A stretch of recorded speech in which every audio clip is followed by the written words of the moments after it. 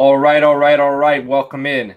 Toilets to Titles, episode number 81. Thank you for joining us this morning, this afternoon, this evening. Whenever you decide to join us, thank you for being here. We appreciate you. Today, we are doing our weekly news roundup, our roundtable discussion that we've been doing since preseason has started and training camps have started to try to get you guys all caught up after what has been a few crazy weeks. And with me this morning is the original, the main, the Toilets to Title crew that will be coming to you live 8:30 p.m. every Tuesday night this season to get you guys ready for your week of fantasy football and NFL football. And first, to my right, Justin Stevens at JustinFF_Justin. How we doing this morning?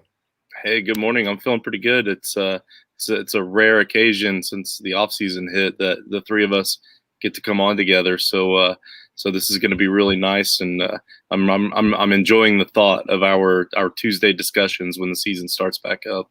Yes, I can't wait, man. It's been quite some time. It has been quite some time, and I am ripping and roaring and ready to be talking with you fellas on Tuesday nights. Nate, my guy below me, the dirt man, the mailman, at Nate_Dirt19. Nate, how we doing this morning? Doing good. Monday, it's a new week, 11 days till football, so I think that's right. Anyways, I'm ready to roll. I'm excited. Ooh. You guys hear me? I cut out for a second there. I'm sorry. We hear you. You're good. These headphones that I've been wearing. So a peek behind the curtain. If you are listening over podcast and not over YouTube, you can't see me taking my headphones off. I should have tested these. I threw some headphones on this morning and I was talking to the guys and nothing came through my headphones. I was hearing them through my computer and thinking it was coming through my headphones. And then while Nate started talking, I switched it over to my headphones and it doesn't work. And this is not the time to be trying things out. So I will be fixing my headphone situation before the next episode, not during this one. So that is a peek behind the curtains. But Nate, you said there's 11 days to football, right? So, I mean, what a beautiful thing. Thursday night football, the Cowboys play the Buccaneers. I'm a little anxious. That's a very tough matchup, but it's also a matchup I'm glad we're going to get out of the gate, like get it done, Yeah. Oh, I hear you. It's going to be wild. I know. I can't believe the Bucs returned everybody like they did. And I know we've all been watching Hard Knocks, so everybody's a little too excited, maybe just preseason. But, like I said, the Cowboys stuff looks fun, and Jerry World it's ridiculous. So, like I said, it's been cool to get to see some of that stuff. Man, what matchup I'm looking forward to? You know what I'm looking forward to week one? I'm looking forward to Chargers Washington. I'm very excited to see how Justin Herbert and that offense handles the Washington football team defense, like very early in the season, week one. So I know we're getting a little bit ahead of ourselves talking about that, but man, I can't wait. It is here. It is very, very close. But we do we're bringing up the tempo this morning with the joy, but we're about to knock everybody down by reminding them of all of the injuries that have happened this past week. Before we do that, let me tell you all how you can listen to us, all right? We are on Apple Podcasts. We are on YouTube. We are on Podbean, Spotify. We have 2 Facebook groups, Toilets to Titles, and When a Family Breaks. If you could, regardless of how you are listening to us, go to our YouTube page, subscribe, hit that bell so that whenever we go live, you are alerted. You can come in, watch, comment, ask us questions, whatever. You like those episodes, and again, throw some comments. If we're doing a mock draft like we did the other night, or if we're talking about our teams, you can tell us how you feel about our drafts, how you feel about our teams. Just throw it in there. It's an interactive show, and it's a lot of fun when we do have people, in the comment section when we are going live. Check out toiletstotitles.com. We have articles coming out like every few days. A lot of good fantasy football stuff, a lot of NFL stuff, a lot of gambling stuff. So I truly suggest you go check out toiletstotitles.com. And then finally, patreon.com/toiletstotitles. Tier 1, $3 per month. I think this is a home run for anybody who's new to fantasy football or, isn't maybe like a major, big time, they're kind of just getting their feet wet here. Or even if you are a guy who's, major, or a girl who's major into fantasy football but wants some, differing opinions, $3 a month to get you into our Discord group chat with the other Patreon members and with us. There's 13 of us right now, and we're always open 24/7. Okay, we got people all over the globe, so somebody's always available in that chat. If you got a trade offer that you need questioning, like, hey, should I do this? Should I cut this guy? Should I pick this guy up? Whatever. $3 a month, you get in there. You're communicating with us. We'll help you out. Tier 2 is $5 a month to get you early access to the waiver wire episode. Well, we don't even know if it's going to be early access. It might be, I think we're doing like just strictly this waiver wire episode that's going to be released Monday nights by Justin. All right.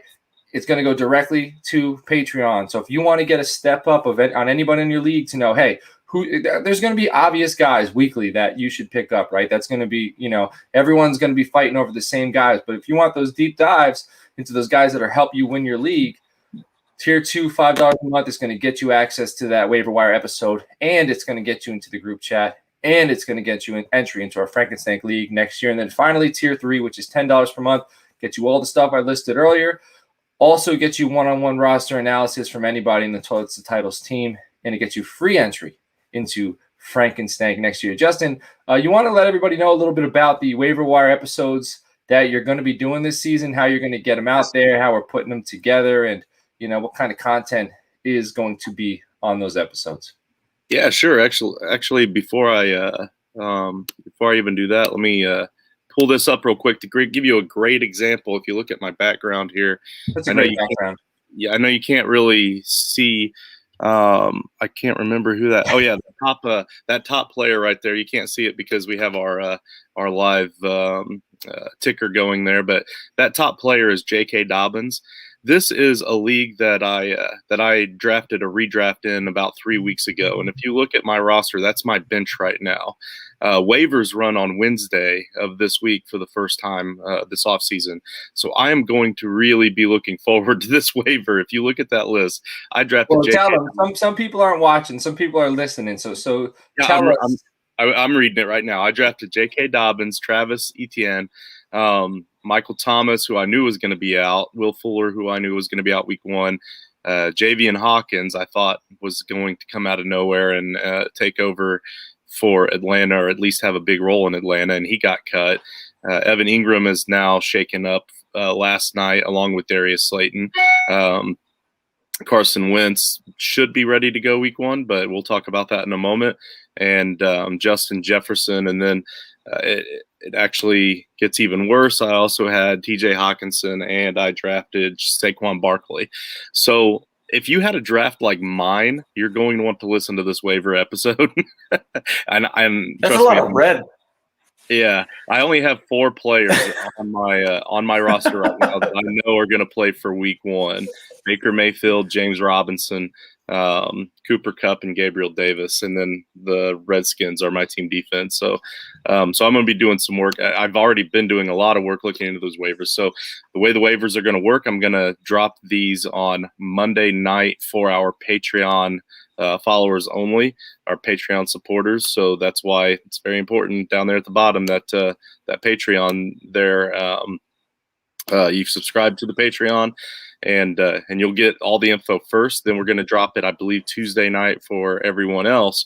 But we're not going to do that for every waiver wire episode because we got to tease it. We want you guys to join the Patreon to help us out. So we're going to do that for some of the waiver episodes, not all of them. But if you're a Patreon, you will see every single week's waiver wire episode, and you'll see it early. You'll see it actually Monday night after the Monday night football games. So I'll be struggling in class teaching the kids on Tuesday mornings, but they're just going to have to get a Tuesday morning study hall until my coffee kicks in. So that's it.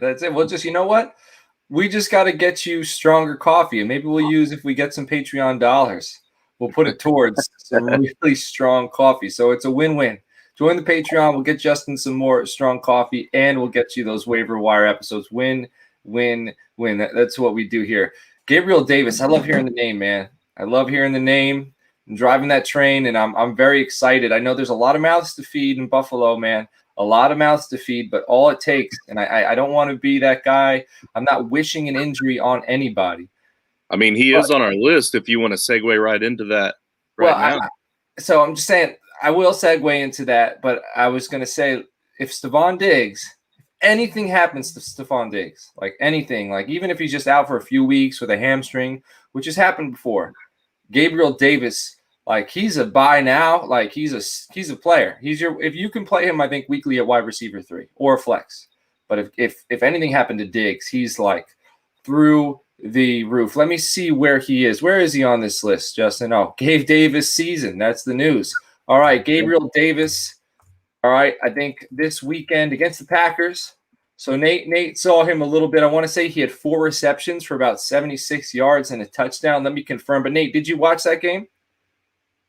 Not much of it. I don't know. I was obviously working on my house Saturday, and so I got a little bit of it. I watched, I don't know, a few minutes of like the second quarter, but I wasn't really paying too much attention to it. I kind of said I should have, but no, it's preseason. All right, well, it was 5 receptions for 75 yards, all right, and a touchdown. And Cole Beasley, not for nothing, at 4 for 52. So Cole is another guy. This offense is going to feed the hungry this season. If you need a flex play, you're going to have a bunch of guys that you could just throw in there. And then if you need a few studs, Josh Allen, Stephon Diggs are there. But Gabriel Davis, 5 receptions, 75 yards, and a touchdown. So, Justin, what are your thoughts on Gabriel Davis after that performance?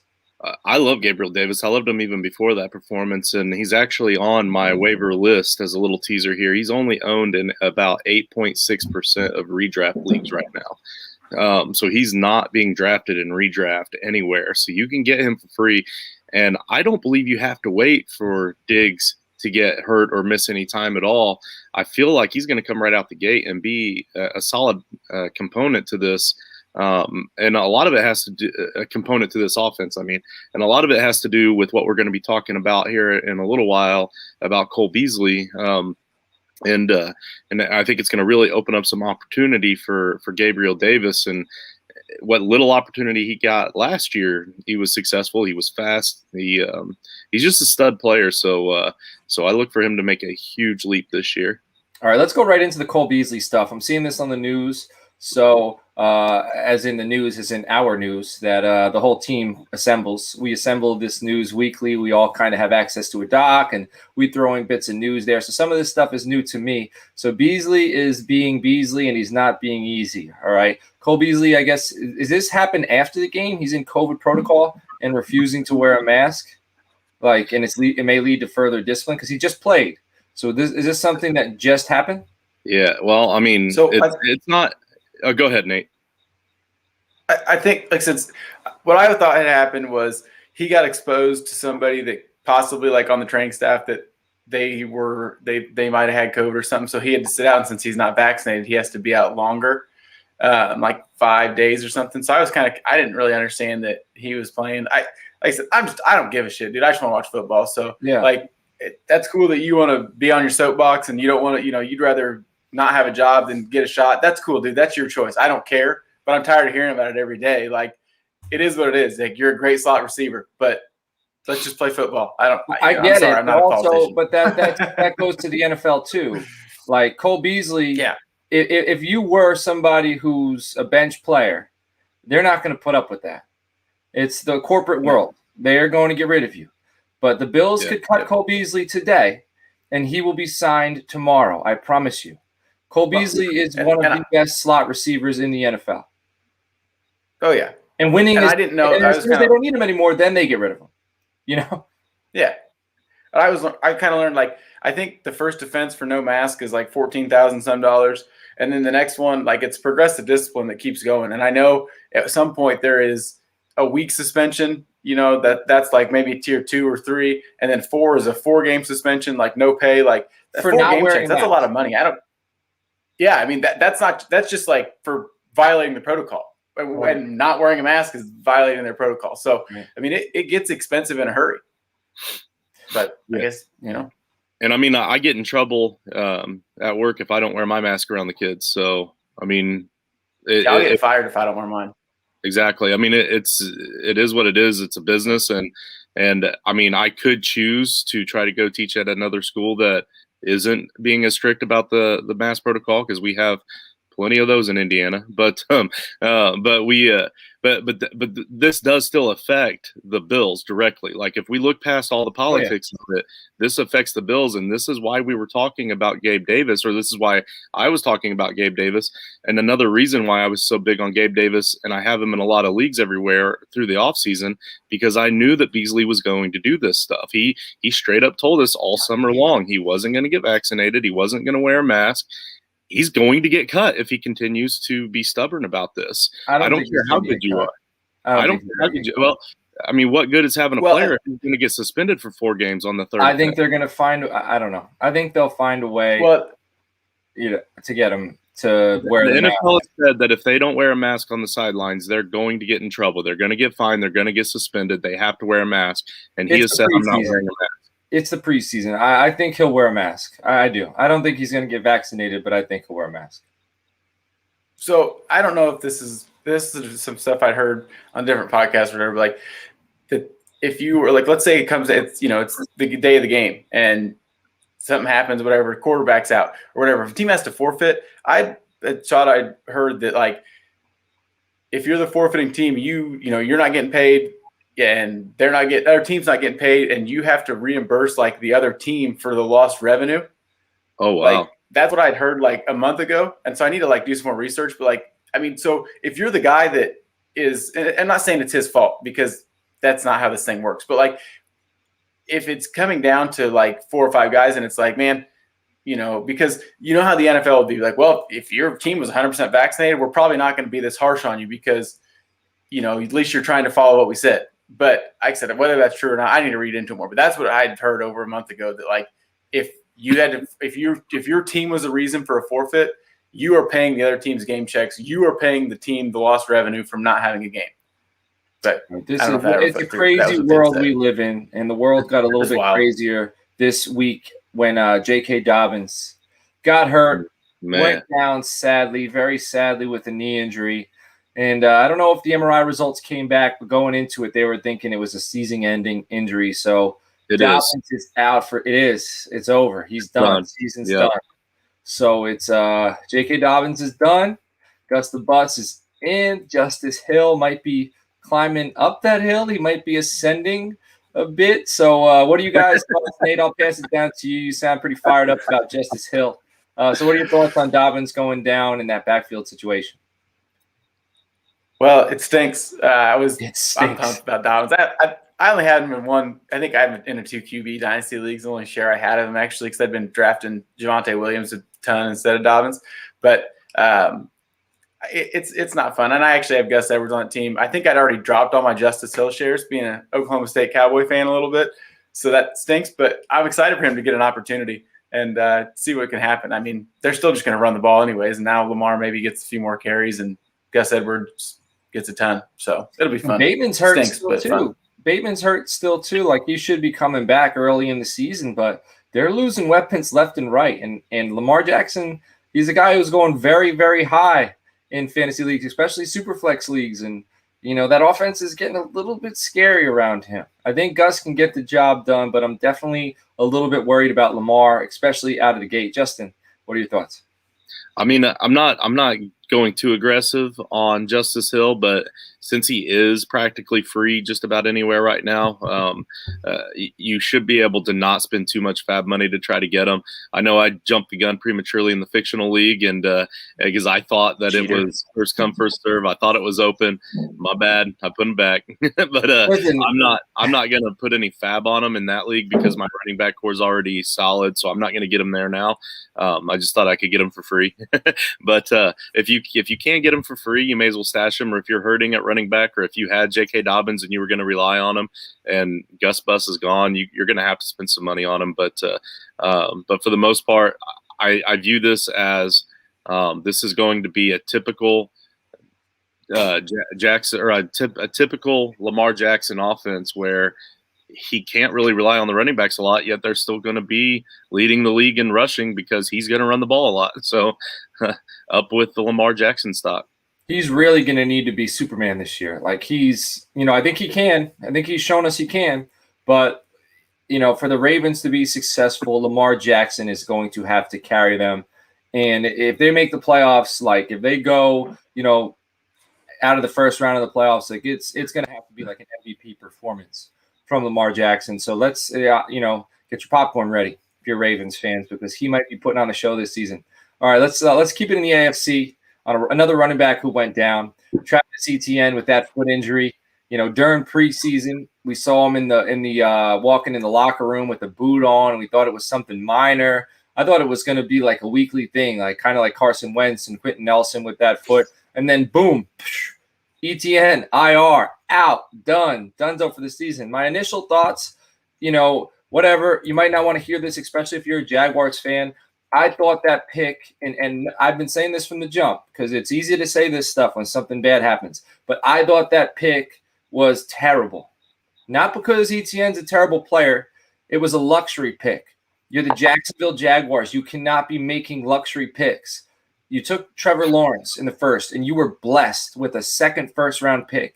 And you don't go ahead and get him an offensive lineman to protect him or get him something that, like, you go ahead and get a running back when you had a running back last year who wasn't even drafted, who ran for over 1,000 yards. It just seemed to me like it was ridiculous, and I think that was the first boneheaded move Urban Meyer made, and I think it's going to come back and bite him in the butt big time. Like, it was a luxury pick, and you're not a luxury organization yet. It was very silly. No. And running backs, man, it's hard for running backs to stay alive in the NFL, and this guy goes down early. But you're going to be fine at running back because James Robinson is there. All right, he's not going to do all the things that Travis Etienne is going to do out of the backfield, but you know who is? Laviska Shenault. And Ogunbowale. Don't forget that boy. So Viska caught a ball like 10 yards up the left numbers, and he broke like 4 tackles. He's pushing. He's basically your receiving running back who can also do wide receiver stuff. So you're going to be fine, but you still don't have that lineman who could be protecting Trevor Lawrence. So it's been cool because I've already seen James Robinson move up to the 3rd round, and I think Justin took him in the 3rd round. I took him in the 4th in a mock Saturday night. So if you've been watching the show, if you're playing any redraft leagues coming up, make sure you go check out, I think it's episode 80 or episode 79. We did a redraft mock on air, so you can go check that out and use that as a tool for you. But Justin, what are your thoughts on ETN going down and James Robinson?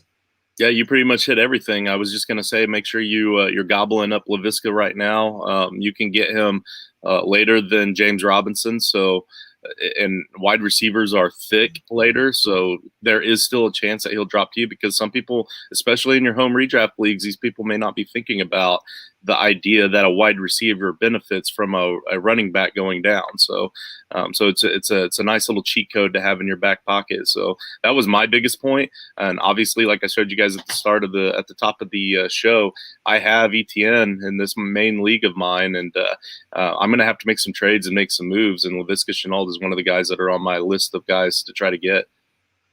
Yeah, man, I got my Laviska Shenault jerseys on the way. I posted a poll yesterday on Twitter. I ordered it finally, and I got my son so I went a little bit out of the Cowboys realm. I don't have many. I got like an Ed Reed University of Miami jersey. I got a Ray Lewis Ravens jersey because the Ravens were like my AFC team, growing up. Like the Cowboys are my team, but when the Cowboys stunk for a while, when we had Quincy Carter and Chad Hutchinson, I was cheering for the Ravens because I like the way they play defense. But what's that? Did Green win? I went with the black one. I got the black. Laviska Shenault, man. So that is on the way. And then I got my son. He loves Troy Polamalu, so I got him a Troy Polamalu jersey that he could rock this year. So we're still Cowboys fans, but I'm trying to make him culture. I'm trying to make him understand the position. Safety is a great position too.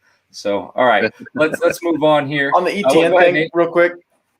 That I am very, very nervous dynasty wise for Travis Etienne. That Liz Frank injury is not something to take hard. I mean, it is. I was actually listening to a Brady Quinn interview yesterday. He had it. He said you have to learn how to walk in 6 months. I mean, it's very painful and not good. So I'm very scared because I love ETN. So hopefully it all goes okay. But yeah, scared. We'll see. Well, I have to look up that James Robinson contract situation. I don't know what, like an undrafted free agent. I don't know how many years he's under contract with Jacksonville. I don't know if they're going to be bringing him back next year, if they're just going to let him go. So there might be pressure. They probably let him go because that's a dumb thing to do. Yeah, well, I would hope if they did let him go, that would be an indication that ETN is, coming together well. Yeah, like you can't let Robinson go Etienne struggling in his recovery from that foot injury. But all right, talking about struggling, the Denver Broncos might be struggling to throw the ball this year because they are starting Teddy Bridgewater. Oh, that's I don't know.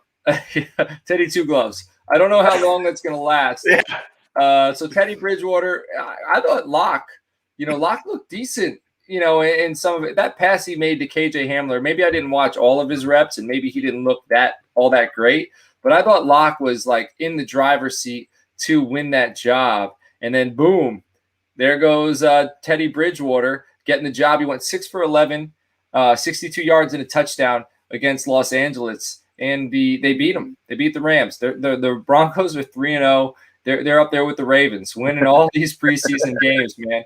Locke went 5 for 7, 67 yards and a touchdown. What are you guys' thoughts, Nate? I'll pass it down to you. I think you're a Teddy fan. So what are your thoughts? Is he going to lead the Broncos to the playoffs or what? I mean, to be honest, probably anybody that can throw the ball could lead the Broncos to the playoffs. I mean, that team is phenomenal. Besides the quarterback, at least Drew Lock's got a big arm and can throw it all over the place. Granted, he doesn't take care of the ball very well, which I think is the big issue with him. And Teddy Two Gloves kind of stunk in Carolina last year. Pretty pedestrian. I mean, not a lot of touchdowns, so it kind of makes me nervous for my Sutton shares and a little bit of Judy here and there. So I don't know. Hopefully Drew Lock gets a chance, I guess, but I don't know if it's going to happen. Justin? Yeah, I mean, both of these guys aren't aggressively talented, but I think Teddy is the safe bet. He's the one that, in my mind, can game manage a little better. And when you have a talented team around the quarterback spot, that's what you need, a guy that's not going to turn the ball over and just do enough to get down the field and hopefully get some points. But at the same time, Locke is the one that's more exciting to watch. He did start to really get fired up towards the end of the season last year, and he seemed like he, like John said, started to come into his groove. I don't think either one of these really matter because come week 6, before the trade deadline, they're going to pull in Aaron Rodgers and move on to win the Super Bowl. All right, so all biases aside, all fandom aside, all hate aside, I think we could have been blessed with, as fans of the NFL, with Aaron Rodgers going to that team, just because imagine what it would have been like in that, to see Herbert, Mahomes, Rodgers duel it out up there. Like, that would have been super exciting. Carr, yeah. So now we have Patty Mahomes would have been crying in his Cheerios if he had a real quarterback in the division. Yeah, Herbert, I take that back. Hair Bears, man. He's got Herbert, but I think the Chargers might give the Chiefs a run for money this year. I would not be surprised if the Chargers win the division. I wouldn't. No, we'll talk about that this week. I'm not my sold. show Wednesday. Let's do it. You're gonna talk. All right. I can't wait to hear it on Dollars to Deuces. Wednesday night. All right, 9:30 Central. Dollars to Deuces. Check it out. All right, that's our gambling show hosted by Nate and Rich. So everybody, and you guys go live at what time? 9:30 Central Time. 9:30 Central Time. Late night Wednesday. All right, so get that. So start hiding your dollars under your pillowcase so your wife doesn't know or your husband doesn't know, so that you can take them out, put them in your separate bank account, and start making those wagers, because we're gonna turn you up. All right, we're gonna turn you into a millionaire this season. But yeah, so we have the haves and the have-nots in that division. You got Herbert and Mahomes, and then you got Carr and Teddy Bridgewater. So at least it's fair now. At least the Raiders aren't alone in their misery. All right, and Andrew, nice to see Nate come in to carry the show. Yes, we've been begging him, but he says we don't pay him. So he can't quit his day job yet. So, and we don't pay Campy enough, but he's doing a lot of the graphic designing he's been doing is phenomenal, and we are very blessed to have him. All right, let's move on to another quarterback getting the start, and that is Jameis Winston. Jameis Winston tears it up, and Marquez Callaway too, man. Holy cow. They went off together. So it's Callaway season with Jameis Winston there, so you better be buying Marquez Callaway and Jameis Winston starting. So, Justin, what are your thoughts on the Saints and their new starting quarterback? I'm glad they finally made a decision, because I had several leagues where I had him and Hill, so I need some roster space. But no, I like it for fantasy purposes. I'm not sold that he's necessarily the best guy for winning football there, but I mean, obviously Sean Payton knows more about football than I do, so I will respect the fact that they probably made the best decision here. But personally, I just looking at the numbers every time that Taysom was in there and Jameis was on the bench, they scored more points on offense than they did when Jameis was in there and Taysom was on the bench. So I still have a strong feeling that there's going to be a whole lot of between the 20s with Jameis Winston, and then in that red zone, you're going to see a whole lot of either both of them on the field or Taysom will be the quarterback because he does open up so many different options on the offense. So owning Jameis Winston can be a great thing because of how much he likes to sling the ball down the field, but it could also kind of bite you when Hill comes in to snipe those quarterback points in the red zone. So I would still hold caution with Winston, and I wouldn't rely on it much more than a QB2 out of him. But I'm just glad they finally announced a decision that we all kind of knew was coming all along to begin with. Yeah, that's very big of Sean Payton to not be a jerk and just try to be deceptive about who he's going to be starting each week, because I wouldn't put that past Sean Payton. Right. Nate, you have any thoughts on Jameis Winston and the Saints? I'm excited, pumped for Winston. Like I said, I like my quarterback to throw the football. Taysom can't do that, so that's kind of important for the game. I don't know. You guys are pretty big football guys, so you've probably seen that the quarterback should be able to throw the ball. And the Saints are going to have a top 5 pick in the draft next year because they are not going to be very good. Yeah. All right, Nate's on board. Yeah. I put that in the one of the Shepstradamus articles. Definitely, I said that as well. I think the Saints are, top 5, and I think the Falcons. I think the Falcons are going to pick top 10. I think that division. I think both of those teams are going to stink. That Falcons got no defense. Saints, but we'll see. We will see. All right, let's move it on. Gardner Minshew gets traded to the Eagles for a 6th round pick. So, man, a lot of people, obviously it's Jalen Hurts right now, and it'll probably be Jalen Hurts for most of the season. But, I heard people say Dallas should have, how did Dallas let Philly get him when Dallas clearly needs a backup quarterback? And in my mind, I'm thinking Jerry or Steven is thinking when you have 2 quarterbacks like that, you got a quarterback problem. And that's not a quarterback solution. And I think letting him go to Philadelphia, as soon as Jalen Hurts has a bad game, those Eagles fans are going to be screaming for Gardner Minshew. And I think that's addition by subtraction, allowing him to go there. He's not a threat to Dak at all. But if he goes to Philly and the Philly fans don't like Hurts, it's going to cause issues. And I think that helps them. That's like espionage, I think, or whatever. All right. So, Justin, what are your thoughts? Nate, I'll pass it down to you first. What are your thoughts on Minshew going to Philly? I thought Watson was going to go there. But anyways, that's later down the road. Good for Minshew to get somewhere he might get a play. I don't think the Eagles are sold on Hurts, which is weird. I think he's proven himself, looked pretty good. And Danucci will be fine down in Dallas. Don't worry. You don't need the denim Canadian tuxedo from Minshew.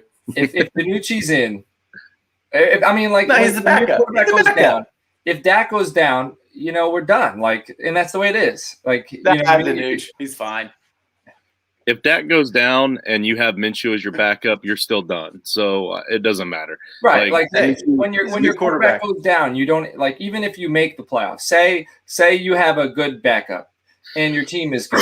The Nick Foles thing, that doesn't happen. That's a miracle. Your backup doesn't go in unless he's the guy who's being groomed to take over the job. Your backup comes in and you start looking at next year. Right. There's a reason he's a backup. Yeah. Yeah, exactly. He's just not that good at winning football games, and that's why I actually hate this move for Philadelphia. Just like you said, John. If the Philadelphia fans start rising up yelling for Minshew, they're going to be stuck in a bad decision here. And I believe Flacco is still there as a backup as well. So, and I know Flacco is an old has-been, but they've given. As of right now, they've given Flacco that backup position. We'll see what happens. They might cut him now, but so let's say they throw in Minshew. They're probably going to be worse for the wear, and they've already given up on a guy that could potentially have been a franchise guy later on down the road. So they're putting them in a bad spot. They're putting their own selves in a bad spot. Yep, that front office is terrible. Bad move. Philly has a good way of putting themselves in a bad spot. That's kind of what they do. All right, keeping it on quarterbacks. Ryan Tannehill's on the COVID list, and I think it's been a little bit longer than they were expecting. Sounds like he's had a few issues, and he didn't play this week. I'm sure he'll be fine for week 1, but it's definitely prolonged. It was longer than they expected when they initially put him on the COVID list. So he's definitely missed some practices. He's missed some time with Julio Jones getting acclimated. But when you have a guy like Julio Jones, I don't know if you necessarily need a lot of time with him. The dude gets open. He's not Julio Jones, young Julio Jones, but he's also not wide receiver 1 Julio Jones. He doesn't have to be. He's your second option next to A.J. Brown. So I think they are going to be fine. Tannehill should be fine, but hopefully everything with him is fine. He's healthy. His family's healthy, and he can come back soon. Any of you guys have any thoughts on Ryan Tannehill and the Tennessee Titans offense? No. Okay, let's keep it moving. So after that, let's move on to Sony Michel. I think that's every time I read his last name, I think of Dodgeball, the movie Dodgeball with Ben Stiller. And on his team, he has a lady named Michel, or I don't know if it's a lady or a man. And it's like this Russian person. And every time I read Sony Michel or Sony Michel, I read it like that. So first off, before we discuss Sony Michel to the Rams, does anybody have any way that they know how to pronunciate his name? How do we pronunciate his last name? I've always said Michel. Michel. Okay, so we're correct. All right, so it's Michel. I could be wrong, but that's how I've always said it. So I can still pronounce it Michel. You can pronounce it. Yeah, you do whatever you want. Yeah. Right, but at least that's closer than Michael. If it was Sony Michel, then I can't say Michel because it's not close at all. But if it's Michel, I can pronounce Michel because it's close. Fair? Okay. All right. How do we feel? I don't think he's a threat at all to Darrell Henderson. I wouldn't be surprised if this dude doesn't see he sees less than 25% of running back snaps this year. That's about his cap. 25% of the rushing or rather the snaps just being on the field. I think he comes in there, if maybe he stays healthy. He was a first-round pick, but that was also a luxury pick. I don't think the Patriots needed to get a guy like that, but they had a bunch of picks and they could afford to because they were the Patriots, but maybe they'd be in a better situation if they didn't. He went before Nick Chubb, which I know Nate might touch on, which is also pretty ridiculous, but I don't think he really does anything for fantasy football owners. Guys? Yeah, no, I don't. Sony is just there to be a backup, a change of pace guy, and Henderson's going to continue to get the workload. But I think what this move does is it says more to me about one of my deeper waiver wire pickups that I have on the list for tomorrow night's show. Tonight's show. This is Monday morning. Tonight's show. When I go over the waiver wire for the offseason, Ramondre Stevenson. I feel strongly that the Patriots believe they have something in this guy, and I think they do as well. So if you're like me with that roster I have up there behind me, he's definitely a guy that you want to go after. And I know 4 or 5 guys from that league listen to this show, so I probably just cost myself an extra $20 in fab bucks. But yeah, Ramondre Stevenson is going to be a force for the Patriots. Yeah, and who just picked him up in the Toilets to Titles league on Sleeper? I'm not sure. This guy. Was that you? That's me. I picked him up yesterday. He was available. I cut I think Xavier Jones, the other running back with the Rams. So I cut one backup for another backup. All right. So there goes Sony Michel. How about Irv Smith? Irv Smith, who was a lot of people, there was a little buzz about Irv Smith. People were excited about him. There was a bunch of film from him at camp this year with a lot of red zone touches. And there was definitely a chance for this cat to take off. But he has a meniscus injury. He's getting surgery to repair. Timetable is unknown, but he will definitely miss the start of the season. So I think that affects, clearly his fantasy outlook for the year. I don't know necessarily how much it affects Kirk Cousins. I think it's an uptick to Adam Thielen for sure. I think Justin Jefferson is clearly the one, but we should see the running backs getting some more touches in the red zone. And I think we could see Adam Thielen, who is a red zone monster, be looked at a lot more. Nate, do you have any thoughts on Irv Smith going down there in Minnesota? That's kind of a bummer. Like I said, hopefully he's back pretty quick. I had a few shares. I'm looking forward to him after Rudolph left. He's a stud at Alabama. Hopefully he comes back healthy and, can help produce in that offense. So, Justin. Yeah, I'm a late round tight end guy in most leagues, depending on the format, but in most leagues I am. And this guy and Adam Troutman are two guys that I was targeting heavily in a lot of leagues, and now they're both starting off the season banged up. It looks like Troutman's probably going to play week 1, but yeah, it's quite disappointing because I have high hopes for Irv Smith.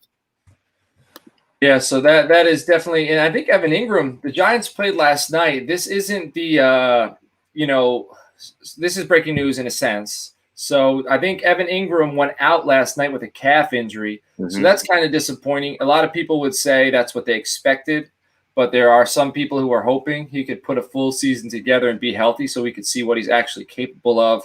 But he left the game, and then he was ruled out for the rest of the game with a calf injury. He was limping to the locker room. So hopefully Evan Ingram, he's all right, and he could play 17 games this year, and we can actually see, is this guy decent or is this guy just stink? We will find that out if he plays this year. Go ahead, Justin. So I'm going to have to cut out here and take my son to school. So we'll go ahead and jump right into. I gotta go to work. Go ahead and jump right into our kicker news because I know I'm the only one that cares about kickers. Joey Sly of the Panthers was released after losing the starting spot to Ryan Santoso, I believe. But remember with Sly, his issue is accuracy because he scored a lot of big fantasy points for a lot of people last year, but it's because he kept hitting all those 50-yarders. Like, the dude's got a leg, he can kick it deep. So keep the name in mind, but I wouldn't go out and target him as soon as he gets a spot just because of the name alone, because his accuracy is pretty bad. So, and I'm going to take off, fellas. I appreciate you. Have a great day. See you, Justin. I got to go to work too, man. So, all right, fellas. I will wrap this thing up by talking about Cam Newton. Cam Newton, he was out for 5 days with COVID, and there was a misunderstanding about tests conducted away from NFL facilities, and as required by the NFL and the NFLPA, Cam was subject to a 5-day entry cadence process before returning. So it sounded like he did everything he was supposed to do when he was away from the organization, but then when he came back, there was a few issues with what he did or how he did it or where he was, and they made him have an extended time away from the facility. He was back, all right, and he did play in preseason. But now I think Mac Jones got more reps that Cam was going to get. And I think Bill may have fell more in love with Mac Jones. So I think if the needle was in the middle, or if it was even leaning towards Cam as starting, I think it's closer to Mac. And I think there's a great opportunity Mac starts early this season. He went 10 for 14 for 156 yards and a touchdown against the Giants. The Giants stink. Okay, it is preseason, but that pretty stellar performance.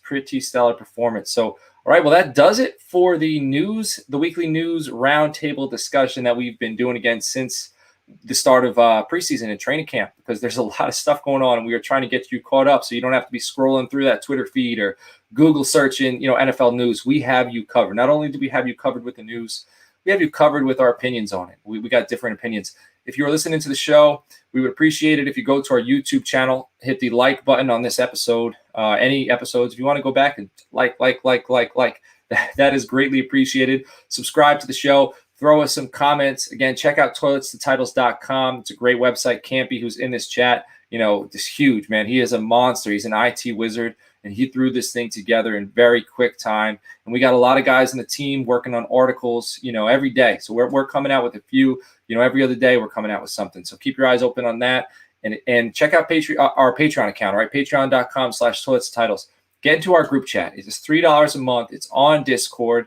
It's a huge fantasy resource for you. You can ask us anything, and we're there 24/7. We are always open. We are helping you out. Tier 2, $5 a month gets you access to that waiver wire episode that Justin's going to be doing and get you into that group chat. So that's bonus. So this is like the car wash. When you go to the car wash and it's like, do you want to just get the basic clean, the blah, blah, blah, get this, get that, the other thing, man. We got you. We'll fantasy washed, man. You are washed, all right? And then the tier 3, the $10 per month gets you all that and roster analysis. So all you guys doing your redraft league drafts right now, you could your tier 3, you got that $10 per month. Hey, here's my roster. I want so-and-so. I want Justin. Break down my roster. One-on-one, we'll talk to you about all your players, any moves you think you should make, what your starting lineup should be. this week. All that for $10 a month. That's it. That is it. Football is 11 days away. All right. It is redraft season. Go back and check out. It was either episode 80 or 79 where we did our redraft mock. Hopefully that'll help you out. I'd like to wish you all good luck in those drafts. I hope you have a great season. Hope all your players stay healthy. And let's have fun this year, man. All right. Take care.